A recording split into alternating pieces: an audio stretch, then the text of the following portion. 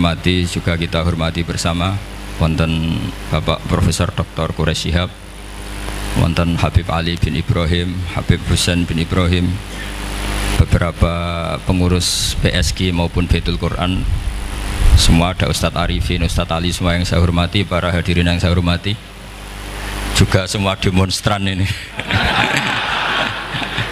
yang saya hormati. Saya ini kata orang banyak itu punya fan banyak, sebetulnya ini korban orang banyak. Karena ngaji Quran itu sulit, mereka nggak mau ngaji, pasrah sama Pak Quraish, pasrah sama Gus Bak, terima mateng gitu. Jadi ini kenakalannya muhibbin. Dulu korban seperti ini juga Rasulullah SAW. Itu kalau sahabat ingin masuk surga itu ya gak suka ngamal yang berat-berat, juga gak suka, minta saja ke Rasulullah, ya Rasulullah saya minta satu hal. Apa? As'aluka murafaqataka fil jannah, saya minta supaya jadi teman engkau di apa? Surga. Tapi yang jelas Nabi tidak jawab secara gratisan. Nabi ngendikan fa'inni ala nafsika fi kasratis sujud, kamu membantu saya, kamu harus memperbanyak apa? Sujud. Jadi kalau ada kiai dimintai saya ingin di surga sama engkau kiai, itu nggak boleh gratisan, harus fa'inni ala nafsika bi kasratis sujud. Tapi saya ini punya ajaran yang sebetulnya agak sesat tapi masuk akal. Ini saya mohon, karena saya memang punya bapak ya, seneng guyon, punya Mbah Mun kiai saya juga seneng guyon. Karena beliau katanya gini, nak kiai ra guyon kok dianggap gak bahagia ya. Sakit panitia dikira kurang sangu gitu katanya. Sehingga ajarannya beliau memang sementara orang Islam itu pokoknya guyon, ketok bahagia dengan Islamnya, bahagia dengan Tuhannya, bahagia dengan nabinya. Qul bi fadlillah wa bi rahmati fa bidzalika walyafrah. Lah bahagia paling gampang ekspresinya nggih guyon niku. Ngetokno di Alphard dadak repot. Ngetokno di duwe akeh ya dadak repot. Nak guyon nak murah nggih. Itu beberapa sahabat itu saking cintanya Nabi, itu cara berpikir kayak teman saya itu sering nasihatin saya, Gus ojo soleh nemen-nemen, engkau nak ning swarga mari bareng Mbah Mun sungkan katanya. Jadi kalau terlalu soleh kan surganya sama guru-guru kita kan tidak enak itu. Kalian kalau di surga kan nggak kebayang mesti polanya kayak apa gitu. Lama punya istri tidak cantik, di sana apa? Cantik. Nah itu kalau jejer guru kan sungkan gitu. Jadi makanya kata teman saya, soleh pas-pasan ya Gus, ben swargane nggak sama siapa? Mbah Mun katanya, sungkan katanya. Nah ternyata pikiran itu juga ada di sahabat. Ya Rasulullah, saya puas-puaskan melihat engkau di surga. Kenapa? Saya tidak mesti masuk surga, kalaupun di surga beda kelas dengan jenengan. Jadi para sahabat ya sadar, kalaupun di surga beda kelas dengan jenengan. Tapi pelajaran yang kita bisa terima adalah bahwa semuanya itu harus ada amal kita, sehingga Nabi ngendikan fa'inni ala nafsika bikasrotis sujud, maka tolonglah saya untuk mengabulkan permintaan kamu dengan memperbanyak apa? Sujud. Saya akhir-akhir ini sering kampanye tentang sujud. Caranya gimana?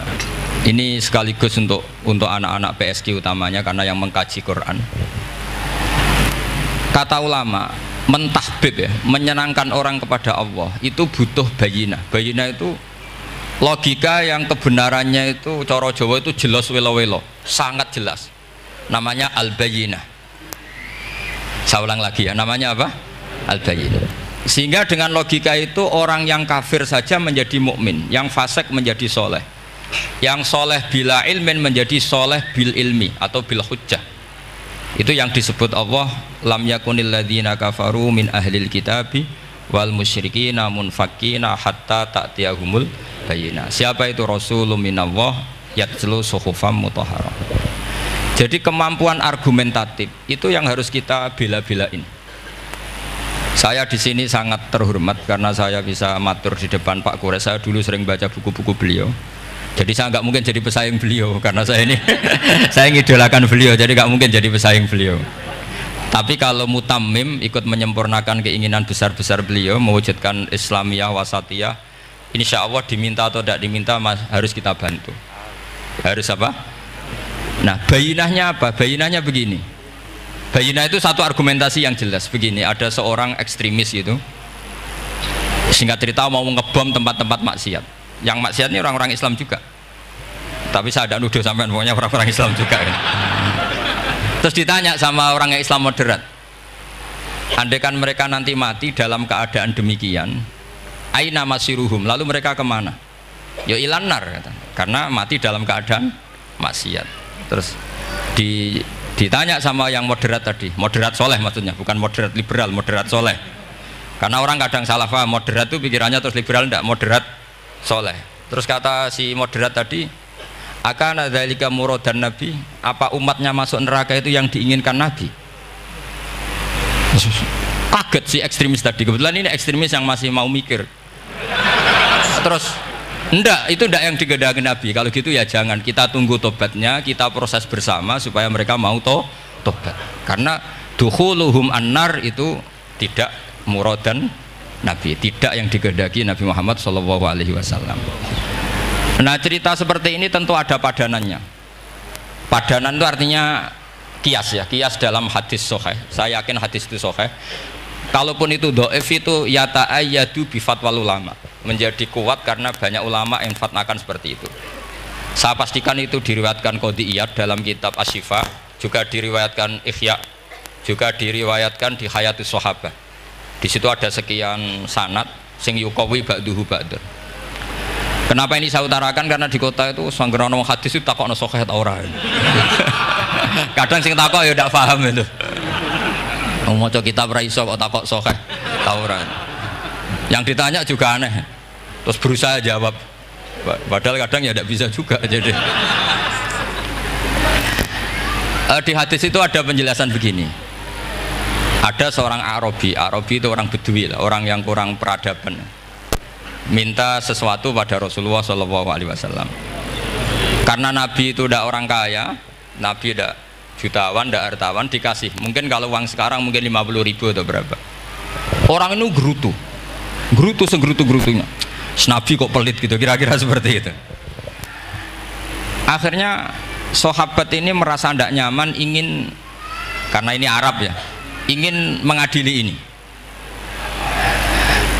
Saya membahasakan mengadili itu ya ada Arabnya, karena kadang ada riwayat misalnya fahamma ayyadribuhu, nanti juga repot, ayat tuluhu juga repot. Makanya kalau ke Jawa itu kadang maknani bahasa Arab itu bingung, dan memang baik bingung daripada enggak bingung.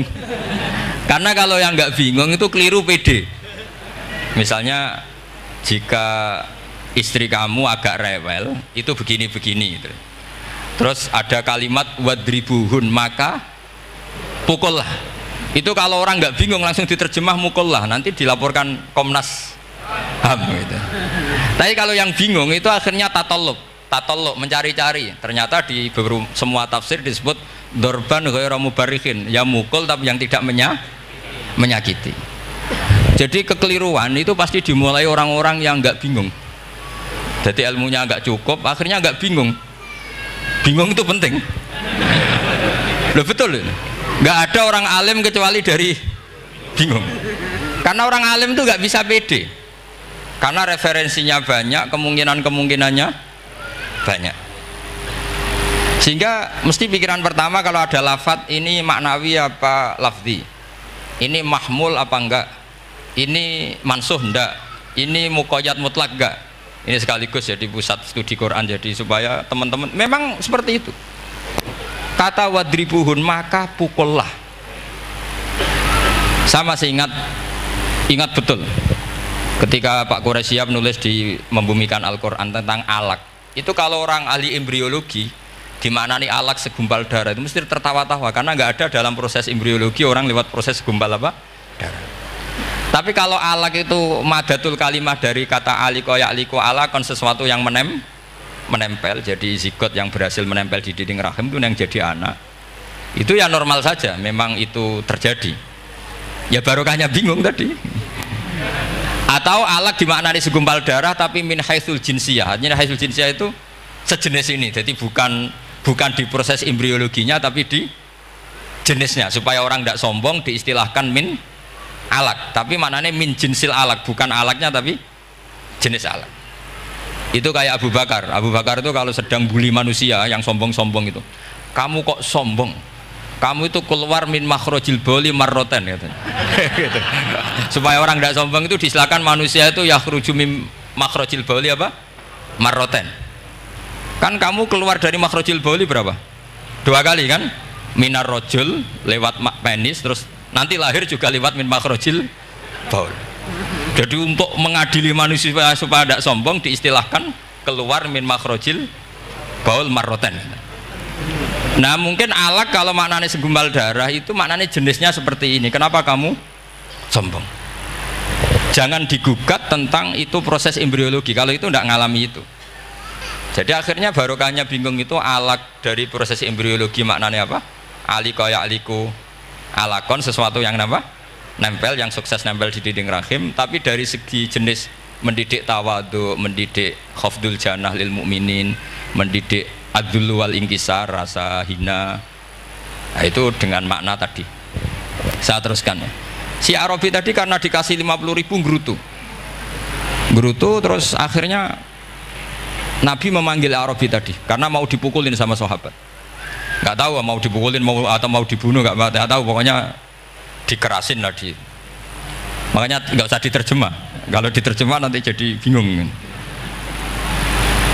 Terus akhirnya dibawa sama Nabi, diajak masuk, dikasih banyak sama Nabi, kasih banyak. Ditanya sama Rasulullah, kamu sudah puas ya Arabi? Sudah ya Rasulullah. Hebatnya Nabi apa? Kamu harus menjelaskan ke semua sahabat saya kalau kamu sudah puas, karena tadi kamu ngomong yang bikin sahabat saya dongkol. Terus sekarang harus mengkonfirmasi. Ya Rasulullah. Di depan umum juga Nabi ikut. Ini Arabi tadi minta saya tak tambah, terus dia puas. Ahakada ya Arabiyu? Naam ya Rasulullah. Fajazakallahu min khairin wa asyiratin. Dia tegas naam ya Rasulullah. Nah, pelajaran dari hadis ini adalah kalimat ini. Ini harus diingat-ingat. Setelah Arabi tadi puas, sahabat juga tahu apa pernyataan puasnya Arabi tadi. Nabi ngetikan begini, masalu hadza, perumpamaan orang ini dan saya itu seperti orang yang punya unta atau sapi atau kambing yang syarodat, yang liar. Fattaba'ahan nasu, kemudian orang-orang ikut membantu nangkap. Falam yaziduha illa nufuran, bantuan manusia-manusia ini malah tambah lari karena ini semua orang ini asing. Bagi unta ini kan asing, yang nggak asing kan hanya pemilik. Nah, terus kata si pemilik unta tadi, khallu baini wa baina naqati, sudah saya tidak usah dibantu. Fa ana arfaku, biasa lebih sayang kepada unta saya. Orang nggak ikut bantu semua, terus kemudian unta itu dipanggil, fa akhadha minkum amil ardi, kira-kira diambilkan rumput, terus unta itu mau nurut. Intinya apa? Kalau orang tidak bakat kiai, nggak bakat dai ilallah, kok ngajak-ngajak Islam itu falam yaziduha ila nufuron, kira-kira gitu. Karena lebih banyak emosinya ketimbang teknik proses tadrijinya, tasreknya. Akhirnya itu jadi pelajaran ke kita. Pelajaran kedua, Rasulullah ngendikan begini, andaikan kamu membunuh si Arabi tadi, bahasanya yang membunuh, kalau ini tak terjemah nggak apa-apa, wong andaikan saja. Andaikan kamu membunuh si Arabi tadi dalam keadaan membenci saya, yaitu ngomentari Nabi adalah kikir, maka dakhalan nar, orang ini akan masuk neraka karena dia mati dalam keadaan sakhitan dan Nabi SAW. Dia mati berstatus benci kanjeng Nabi. Tapi uniknya dalam Islam segampang itu, ketika si Arabi tadi mencintai Nabi itu karena dibayar, karena diservis, dan itu cukup loh dalam Islam itu. Mencintainya Nabi itu karena dikasih uang lagi. Akhirnya dia senang Nabi meskipun karena dikasih uang. Tapi jangan diteruskan setelah senang Nabi dibunuh masuk surga, ya tidak usah gitu. Nanti jadi repot tadi. Tapi intinya apa? Islam itu semudah itu. Yang menerima kebenaran karena servis saja diterima sama Allah Subhanahu wa Ta'ala. Nah ini di sini pentingnya kiai-kiai yang wasatiyah, yang ceria, yang gampang. Karena kita tidak ingin tanfir. Saya kemarin bikin makalah untuk 100 harinya guru saya Kiai Haji Maimun Zubair. tak beri judul Al-Intisar Limadhabi Syekhina. Itu diantara yang saya tulis adalah Sayyidina Umar itu pernah diprotes sama banyak sahabat, termasuk Abu Bakar, karena Abu Bakar ke Umar ini lewat penunjukan. Kata para sahabat, ya Abu Bakrin, kamu memasrahkan umat ini ke aghladin nas, orang paling kasar, yaitu Umar. Tapi apa? Ketika ada sahabat yang memberanikan diri tanya Sayyidina Umar, namanya Abdurrahman bin Auf, kenapa engkau kasar pada umatnya Rasulullah SAW? Jawabnya Umar itu unik. Fawwah, laqad lintu hatta khasyitu waha fil lain, walaqad istatatu alaihim hatta khasyitu waha fis syiddah. Fa'ainal makhraj. Saya ketika lunak sama manusia, sebetulnya saya juga takut Allah ketika ngambil sikap lunak, karena lunak itu dianggap pembiaran. Bagi orang yang salah paham, lunak itu dianggap pembiaran. Kamu punya ponakan yang sering pacaran misalnya, atau sering nakal, kamu lunak, itu dianggap pembiaran. Pembiaran itu tidak mendidik. Tapi kalau kamu sebagai Pak Lek Pade terkenal keras, ponakamu ya ora tau sowan, itu ya ora iso didik sama saja. Orang kau berdidik, sowan saja gak berani, ketemu kamu lari gitu. Intinya apa? Terlalu lunak juga ada masalah, yaitu dianggap pembiaran. Terlalu keras juga ada masalah, kan hakikatnya nggak bisa didik. Orang-orang yang terlalu keras sama masyarakat ini kan nggak kau berdidik, karena wong roh wis melayu. Tapi nak terlalu apian, kayak kula ini nyongkomu ya masih tak barno itu. Itu kan yo repot kan. Sehingga ngendikane Sayyidina Umar, fawwah laqad lintu linnas hatta khasyitu wa fil lain. Ketika saya ngambil sikap lunak, sebetulnya saya juga punya khasyah, karena dianggap pembiaran. Tapi ketika saya terlalu ekstrim, saya juga takut Allah. Jangan-jangan itu tanfir, menjadikan orang jauh dari orang-orang soleh, karena yang soleh terlalu keras. Fa'ainal makhraj, lalu jalan keluarnya gimana? Ya jalan keluarnya tadi, wasatiyah tadi. Jangan lunak yang sampai pembiaran, ya jangan keras sampai orang tanfir. Ukurannya apa? Ya tanya anak-anak PSK nanti nih, karena yang baru mengkaji apa wasatiyah. Jadi saya mohon referensi itu sebanyak-banyaknya, karena terus ada lagi, saya punya cerita, ada seorang wali yang kalau doa itu agak neror Allah. Tapi itu kalau nggak wali nggak boleh, harus jadi wali dulu baru boleh. Karena kalau wali itu keliru-keliru itu ya tetap sama Allah dibahasakan isek itu bronto. Enaknya kekasihnya Allah kan gitu. Makanya di antara doanya Habib Ali Al-Habsyi Sohibu Simti Duror itu doanya, tapi kamu tidak boleh melakukan doa ini, dosa. Kalau nggak wali dosa. Itu doanya gini, waj'al sayyiati man ahbabta. Jadikan kesalahan saya itu kesalahan orang yang kau cintai.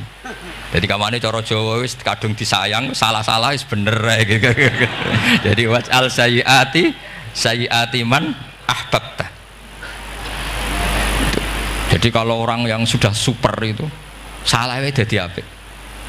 Tapi ya tidak salah sampai kayak zina maling, itu parah itu. Ada seorang wali doa di depan Rasulullah itu gini, ya Allah, jenengan punya dua pilihan. Jika jenengan menjadikan saya orang soleh, surra habibuka, maka kekasihmu ini akan senang. Dan yang susah itu musuh kamu, yaitu iblis, musuh engkau.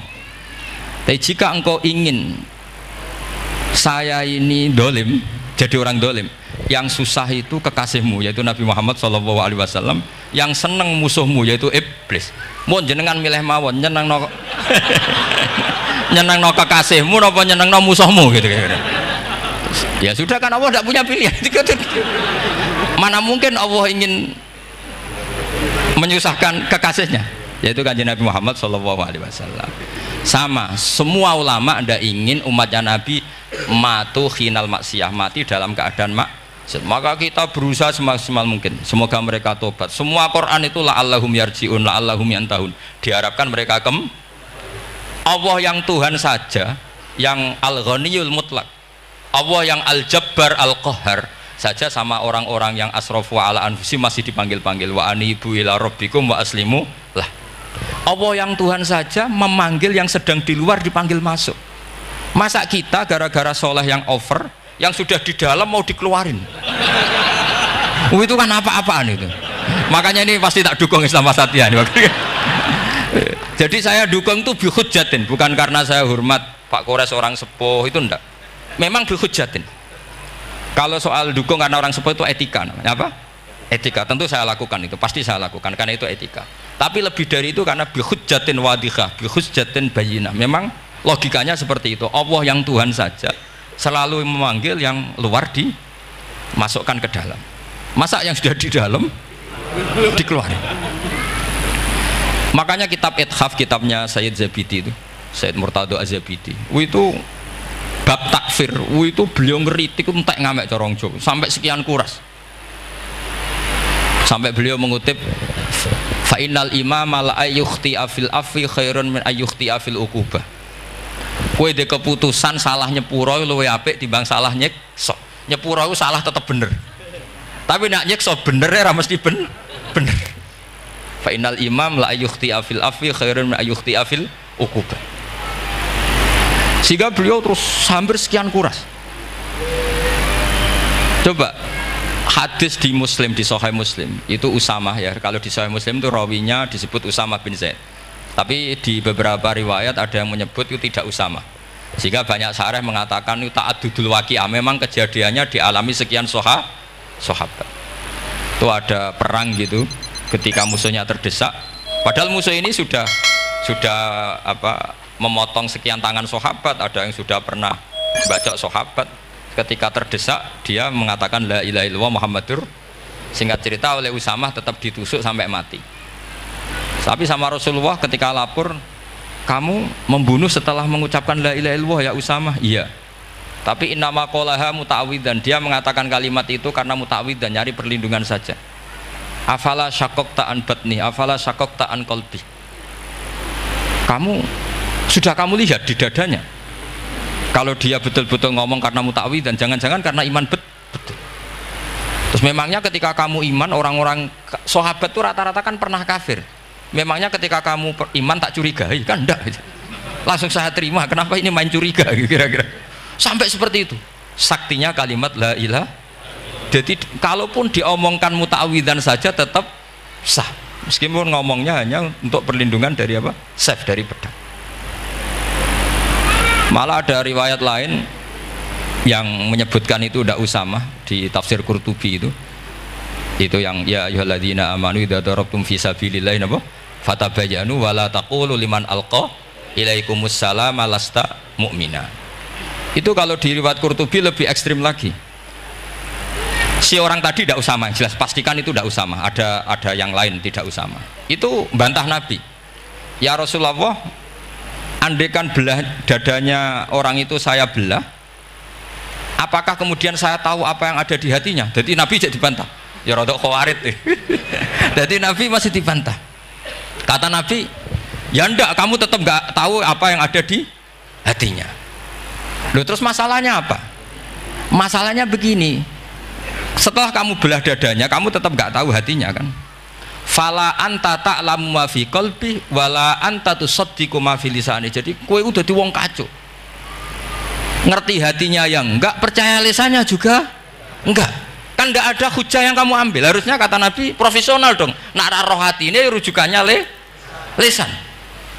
Lah ini enggak, hatinya kamu enggak tahu, lisannya enggak kamu percaya, langsung kamu pakai itu apa?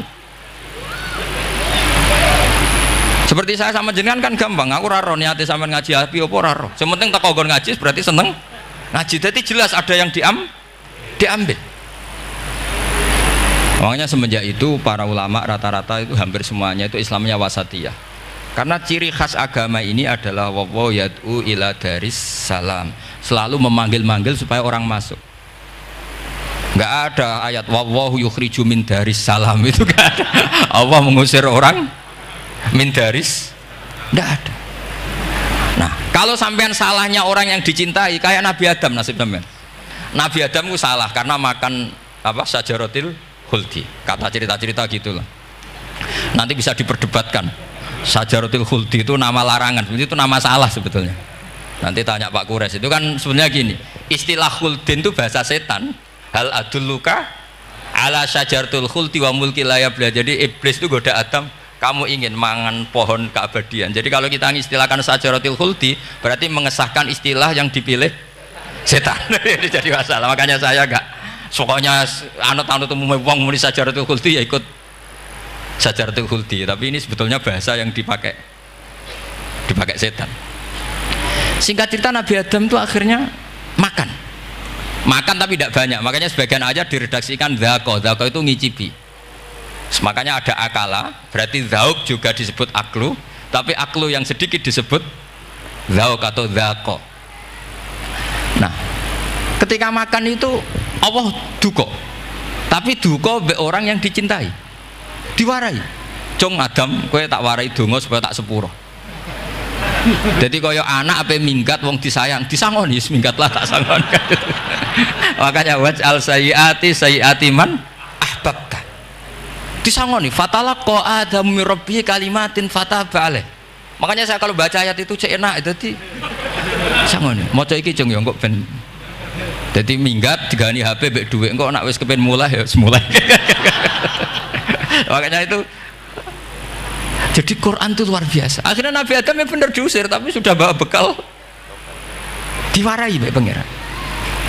Nah ternyata apa? Maksiatu Adam itu maksiatu mu'azzimin, maksiatnya orang yang sangat menghormati Allah. Jadi kalau kamu ingin jadi wali itu pertama harus kamu berstatus al-mu'azzim, al-musabbih. Ternyata kata kuncinya gini, kata tafsir Ibnu Katsir ini. Waqo sama huma inni lakuma laminan nasihin. Saya ini kan muridnya Mbah Maimun, muridnya bapak saya. Kan nggak kebayang orang pakai namanya Allah kemudian dusta. Jadi Nabi Adam dirayu setan kayak apa itu nggak pernah tertarik, nggak pernah tertarik. Tapi akhirnya setan bilang, wallahi demi Allah, bahwa saya menyuruh kamu makan buah khut itu laminan nasihin. Wallahi, pakai kata wallahi.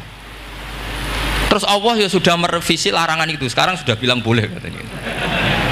Nah karena kata pakai wawahi, terus kata Nabi Adam, fawawah wa izzatika ya Rabbi ma dzanantu anna ahadan yahlifu bika kadziban. Ini dawuh Nabi Adam.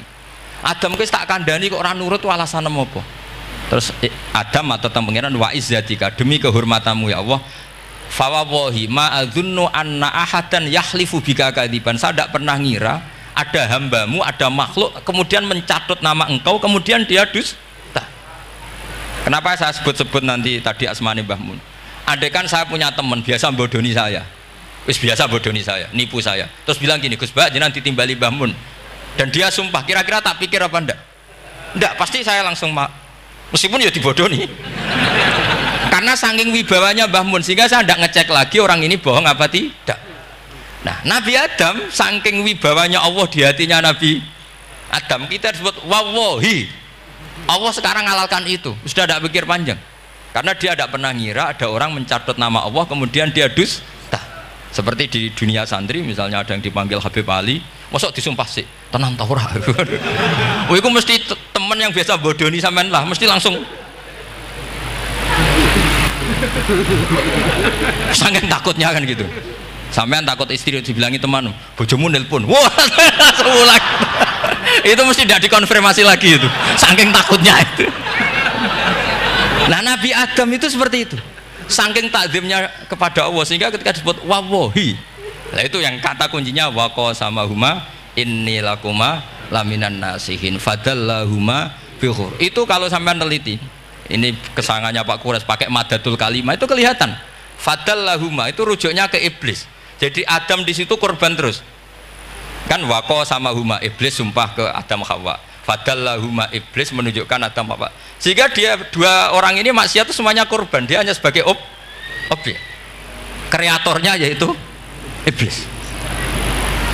Tapi Nabi Adam sampai tertipu tuh gara-gara tadi. Wa izzatika ya Rabbi ma adzunnu anna ahadan yahlifu bika kadziban. Ketika menyebut nama engkau, saya tidak pernah mengira ada orang menyebut nama engkau kemudian dia dusta.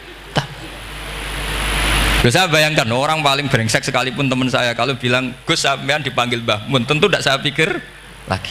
Atau di pondok sini Kang diceluk Habib Ali, ditimbali Habib Ali, sampean konfirmasi apa enggak? Enggak kan? Apalagi ini Allah Subhanahu wa ta'ala.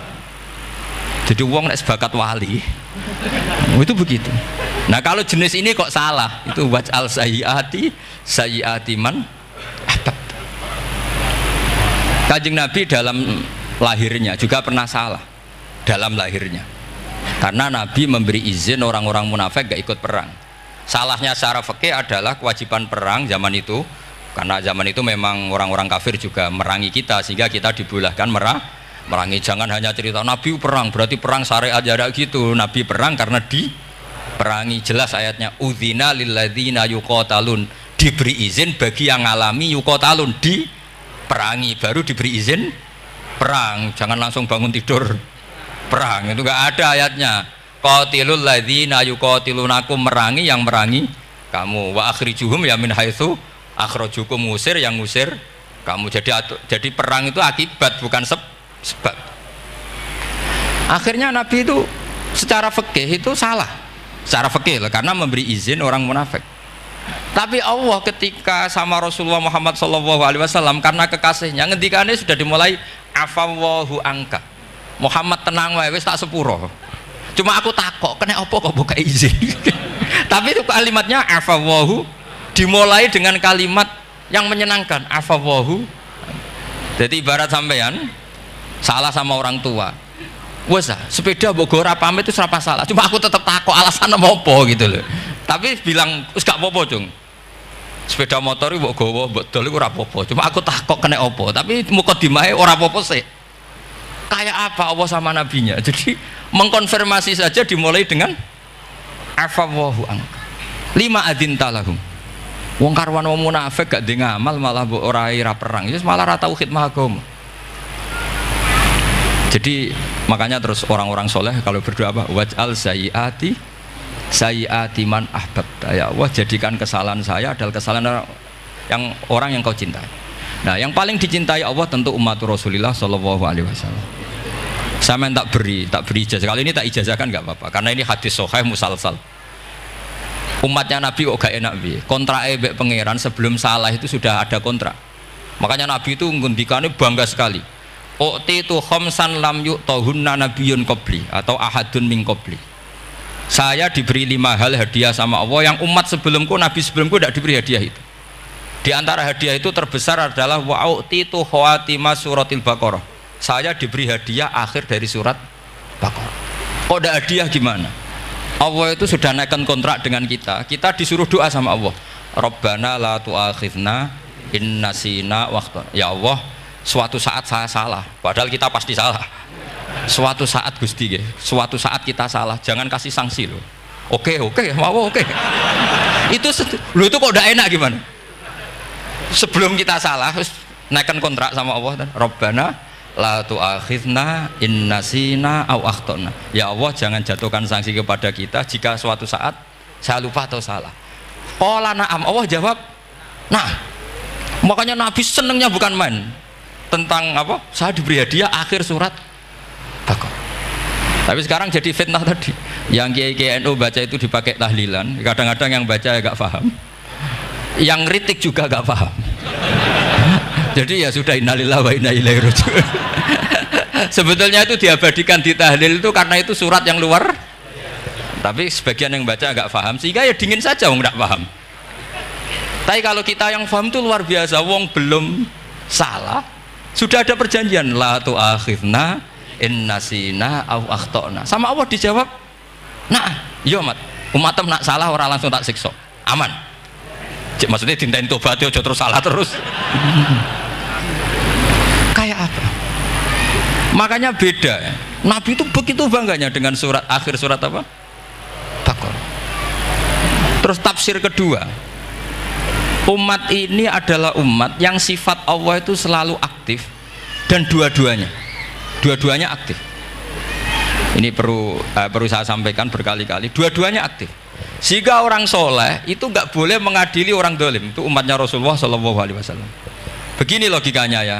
Pernah ada cerita, ada orang soleh sedang sujud, diinjek sama orang fasik, al-asi lah orang fasik.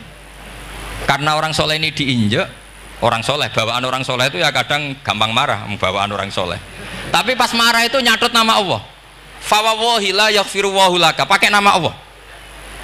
Andai kan dia bilang asemane kue itu malah nggak apa-apa gitu. Karena misoh-misoh sendiri itu kan urusan dia, tapi pakai namanya Allah. Fawawahi la yaghfirullahu laka. Allah tidak akan ngampuni kamu. Itu Allah langsung memberi wahyu ila nabi hadza zaman, ke nabinya zaman ini. Allah ngendikan gini, ini yang cerita Rasulullah. mang dzalladzi yata'alla alayya alla aghfira li fulan faqad ghafartu lahu wa ahbattu amalak. Orang itu tak ampuni, yang sujud amalnya tak hilangkan. Kenapa? Allah tersinggung. Wong saya ini bisa aghfir, bisa ngampuni. Kenapa kamu nyifati saya hanya u'adzib? Jadi kira-kira Allah itu tersinggung. Wong sifatku itu yo yaghfir wa yu'adzib, kok ganti yu'adzib tok iku piye? Jadi sifatku kan hilang sitok gitu. Paham ya? Jadi kalau kamu melihat orang-orang maksiat, pikiran kamu Allah yu'adzibuhum itu enggak fair. Bisa saja Allah yaghfiru lahum. Tapi kamu milih situ tok, yaitu sifat yu'adzib, itu enggak fair. Harusnya ya yaghfiru liman yasha wa yu'adzibu man yasha. Tapi orang soleh ini wallahu la yaghfiru wallahu laka, itu Allah tersinggung. Kenapa tersinggung? Karena Allah hanya disifati yu'adzib, bukan disifati yaghfir. Padahal Allah bisa yu'adzib, bisa yaghfir. Sehingga Wahsy ketika seperti itu, dia qatilu ahabbin nas ila Rasulullah, yaitu Wahsy adalah qatilu Hamzah. Ketika Nabi da'a alaihi, tidak usah diterjemah, itu sama Allah malah Wahsy dikasih tobat. Bahkan turun ayat laisa laka minal amri syai'un aw yatuba alaihim aw. Jadi kita melihat ahlul maksiat, oke, kita tidak cocok dengan mereka, tapi tidak cocok tetap berharap mereka tobat. Kita tarbiyah, karena kita tidak boleh nyifati Allah yu'adzibuhum qatan. Mungkin ora melok dadi pangeran kok muni qatan. Isa wae Allah yaghfiru lahum. Itu pelajaran bagi kita. Jadi ternyata si soleh tadi ditegur sama Allah, kamu tidak bisa seperti itu. Mang dzalladzi yata'alla alayya, ta'ala itu corong Jawa sumpah serapah. Kok iso aku mbok sifati u'adzib tok, wong aku iso aghfir. Makanya di Quran itu ada wa yu'adzibal munafiqina. Ayatnya apa? Insya'a au yatuba. Ya ini dalil-dalil napa kalau jenengan mendukung Islam napa wasatiyah. Jadi an ilmin. Jadi saya dukung gerakan ini, satu an ilmin, dua memang secara etika. Pak Quraisy itu orang sepuh, tentu pilihan itu setelah sekian baca tafsir, baca referensi, beliau seorang akademisi, profesor doktor. Tapi saya tetap mohon dukung kita itu an ilmin, apa? An ilmin. Memang dari awal Allah mensifati dirinya bisa yaghfir, bisa yu'adzib. Kenapa kita memastikan yu'adzib wong Allah bisa yaghfir? Nah, dengan demikian kamu menetapkan sifat Allah dua-duanya. Jadi yang soleh ya tetap khawatir jangan-jangan ada masalah, yang fasik pun tetap ada harapan. Makanya masyhur dawuh Sayyidina Ali yang dikutip hampir semua ulama, apa? Ala unabbiukum fil faqih kullal faqih. Apa perlu saya ceritakan siapa yang ahli fikih sebenarnya? Apa kata Sayyidina Ali? Sebagian orang malah memarfukan ini ke Rasulullah Shallallahu Alaihi Wasallam. Kalaupun ini tidak hadis marfu, dawuh Sayyidina Ali pasti tercermin dari keinginan Rasulullah Shallallahu Alaihi Wasallam.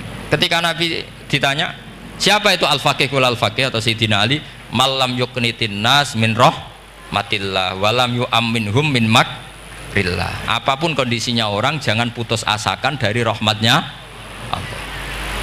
Sehingga Nabi itu pernah sangat serius ngadepi orang-orang fasik. Tapi setelah dimultazam sama Allah ditegur, kalau kamu begitu rahmat saya kata Allah kamu batasi. Semenjak itu Nabi terus rileks. Dan Nabi kalau ibadah itu mesti milih yang paling gampang.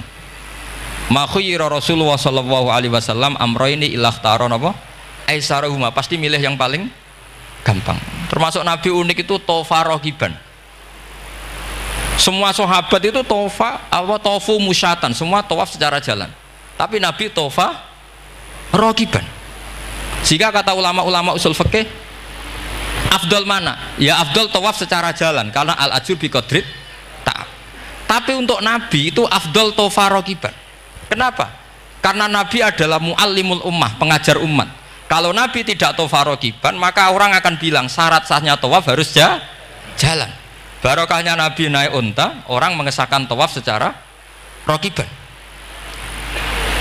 Tapi saya ini keterusan jangan nom-nom dong nganggo skuter kok teletabis. Ini kula ya ora cocok ini. Wah ya nak sing sepuh-sepuh itu cara kula berlebihan lah. Meskipun sah tapi kula nganti risih. Waduh buan terbenturan yang disai itu. Mbok yo itibak Nabi itu paling enggak ya kesamaan sepuhnya atau apa Nabi kan. Ini ndak, yang penting sah apa? Wah repot ya. Terus bukti berdua gini, kalau Nabi itu ingin ibadah itu paling ringan. Suatu saat setelah Fathu Mekah, Nabi kayak apa rindunya sama Ka'bah Al-Musyarrafah itu, sama Al-Ka'bah Al-Musyarrafah. Nabi saking rindunya minta sama Abu Tolhah Al-Hajabi itu. Minta Utsman bin Tolhah Al-Hajabi. Utsman namanya itu. Minta kunci terus masuk Ka'bah. Itu keluar dari khimah, itu Nabi senengnya bukan main. Karena Fathu Mekah. Lebu Ka'bah senengnya bukan main. Tapi setelah keluar dari Ka'bah, itu kelihatan hazinan, kelihatan susah, tersiksa. Ditanya sama Sayyidah Aisyah, kenapa engkau gelisah padahal tadi kelihatan senang? Wadidtu anni lam adkhul. Saya suka andikan tadi saya ada masuk Ka'bah. Kenapa ya Rasulullah? Jangan-jangan umatku ngira ini penting. Dan itu berat. Sampai jadi perdebatan ulama fikih. Apakah sunat masuk Ka'bah apa? Enggak. Sebagian ulama bilang enggak. Alasannya Nabi getun, cara Jawa itu kecewa, nyesel. Kenapa saya tadi masuk? Jangan-jangan umatku nanti merasa itu keharu dan itu repot. Nah kita tidak usah dilarang, memang tidak punya kesempatan. Alhamdulillah. Dilarang nggak dilarang, sudah tidak punya kesempatan. Nah ini yang terakhir kenangan saya mau menerangkan dan tambah mahabbah kepada Rasulullah Shallallahu Alaihi Wasallam. Ini betul, ini sesi terakhir ini. Begini. Salasun mangkun nafihi wajadah halawatal iman. 3 hal ini kalau ada pada kamu atau pada siapa saja, maka menemukan halawatal iman, manisnya iman. Ini mungkin yang jarang dijelaskan orang adalah manis itu apa. Kata Ibnu Hajar Al-Asqalani sebagai pensarah Bukhari, termasuk manisnya manis adalah al-iltizat al-aqli, merasa nyaman secara berpikir. Nanti saya bacakan takbirnya sebelum saya tutup ngaji bareng ini. Begini misalnya, kita ngikuti Nabi Muhammad SAW. Tentu beliau punya al-jamalul wajhi, Nabi itu orang paling ganteng. Tentu beliau punya al-jamalul sauti, suaranya Nabi itu luar biasa. Tapi yang paling luar biasa tentu al-jamalul akli, akalnya Nabi itu luar biasa jamal, luar biasa indah. Artinya gini, andaikan Anda seorang profesor atau seorang alim allamah, seorang kiai yang paling alim, terus dikasih tahu Nabi, misalnya dikasih tahu Islam, sing gawe donya iki iku Fir'aun, kan mesti tersiksa. Logikanya gimana? Wong Fir'aun lahirnya di bumi kok bikin bumi, kan dulu buminya timbang. Mesti ra iso turu sampe. Iki ajaran nopo ra iso turu. Tapi ajaran ini mengatakan sing gawe alam raya ini Allah. Allah itu awal, Allah itu qadim. Kan terus iso turu, wis adone lah. Nek sing gawe luwih dhisik. Paham ya?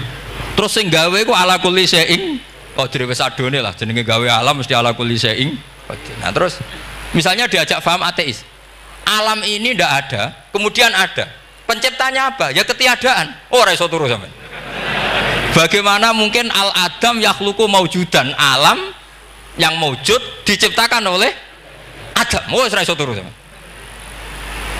Itu kata Ibnu Hajar Al-Asqalani, halawatul iman itu adalah ibaratun anil iltizat al-aqli. Halawatul iman dan ibaratun anil iltizat, agama ini nyaman secara akal. Kita disuruh menuhankan zat yang sifatnya itu luar biasa. Allah adalah qadim, tentu pencipta lebih dulu timbang yang diciptakan.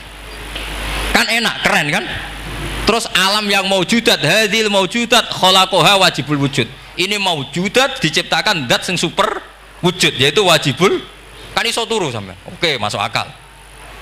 Nah, misalnya itu sampean dikabari hadhil maujudat khalaqahal adam. Ini maujudat diciptakan ketiadaan. Mesti kalian mikir iki waras ta ora sing ngene iki. Ya itu. Jadi apa? Kita halawatul iman itu usahakan maknanya sampai ngalami al-iltizat al-aqli, apa? Al-iltizat. Saya baca takbirnya saja. Ini di kitab saya Fathul Bari. Ini di juz 9, di kitab saya halaman 193 ya. Karena mungkin sampean beda cetakan atau enggak ada nomornya karena enggak punya, enggak tahu saya. Banyak ini tak. Tapi ini nanti saya tak tinggal di Mas Wafa ini. Nanti yang enggak boleh di ngopi saja, di foto aja. Selumayan ben ngaji ku nganggo kitab ben kok wong alim gitu, keren ya. Saya baca Bismillahirrahmanirrahim. Halawatul iman. Beliau ngendikan wayal taddu bidzalika iltizazan aqliyan. Jadi orang merasa nyaman secara iltizazan aqliyan, akalnya merasa nyaman. Idzil iltizat al-aqliyu idrakuma huwa kamalun wa khairun min haitsu huwa kadzalik. Jadi beliau mencontohkan gini, kamu disuruh minum obat. Beliau contohnya itu kamu disuruh minum obat. Tentu secara watak kamu tidak senang karena obat itu pahit. Tapi kamu merasa nyaman setelah sakit minum obat, merasa nyaman karena ada harapan sembuh. Jadi watak kamu tidak senang, lidah kamu tidak senang karena pahit, tapi akal kamu senang. Wah enak aja, bar disuntik, bar diinfus, bar minum obat. Berarti itu namanya iltizadzan aklian, akal kamu merasa apa? Nyaman karena telah melakukan sesuatu yang sesuai akal. Tak baca ya, misalnya al murad bil hubbi huwa al hubbul aqli alladhi huwa itharu ma yaqtadi al aqlu salimu rujhana wa in kana ala khilafi hawan nafsi kal marid yu'afu ad-dawa bi tab'i fayanfaru anhu wa yamilu ilai bi muqtado aqli. Kayak kita sakit tentu dioperasi itu tidak senang, bayangno wedhus apa usus diwedel-edel kan enggak senang secara hawan nafsi, paham ya? Tapi secara akal karena kamu divonis usus buntu, senang mana setelah dioperasi sama sebelumnya? Lah senang dioperasi itu namanya al-iltizat al-aqli. Ini kata Ibnu Hajar al-Asqalani. Wal aqlu yaqtadi rujhana janibi dzalik. Nah, terus saya teruskan. Idzil iltizat al-aqliyu idrakuma huwa kamalun wa khairun min haitsu huwa. Jadi saya bayangkan, makanya saya kalau baca Quran itu sering saya nangis. Misalnya tadi, am khuliqu min ghairi syai'in am humul khaliqun am khalaqus samawati wal ard. Masa alam raya yang wujud ini semua maujudat kemudian dirumuskan bahwa penciptanya adalah al-adam, kenihilian, nihilisme. Kebayang nggak sampai ini suatu ruga misalnya ono nabi terus congkoe kudu iman alam raya ini sing wujud diciptakno ketiadaan. Wes ra iso turu, yakin ra men ra iso turu. Tapi kalau nabinya bilang hadhil awalim atau hadhil alam khalaqaha Allah. Allah itu siapa? Al-Qadim, wajibul wujud, ala kulli syai'in qadir, lahul asmaul husna, lam yalid walam yulad walam yakul lahu kufuwan ahad. Oke, keren kan gitu. Lha iku jenenge al-iltizat al-aqli. Kalau kamu sudah ngalami seperti itu, wajada halawatal iman. Terus kata Ibnu Hajar al-Asqalani, terus wa yu'abbirus syara' yaitu Rasulullah sallallahu alaihi wasallam membahasakan al-iltizat al-aqli dibahasakan dengan halawatal iman. Jadi halawatul iman itu kamu harus ngalami al-iltizat al-aqli. Seperti misalnya dalam hukum sosial, kata ulama-ulama, laulam yakun ma ja'a bi Muhammadin dinan lakana fi aqlin nasi hasanan. Andaikan Muhammad tidak mengatasnamakan itu agama, akal pun mengatakan itu baik. Coba ajaran kita, ambek bojo sing apik, ambek anak sing apik, ambek tangga sing apik, itu kan enak. Coba kalau ajarannya gini, bojo tabuki wae kesuwen, kan bingung, iki ajaran apa, kan kaget. Ambek tangga, oh sing kontel, gak ngono tidak kok. Oh, iku ajarane Nabi apa ajarane ekstremis, kan bingung jadi makanya laulam yakun ma ja'a bi Muhammadun dinan lakana fi aqlin nasi hasanan. Itu namanya al-iltizat al-aqli. Saya kira demikian, mohon maaf. Assalamualaikum warahmatullahi wabarakatuh. Waalaikumsalam.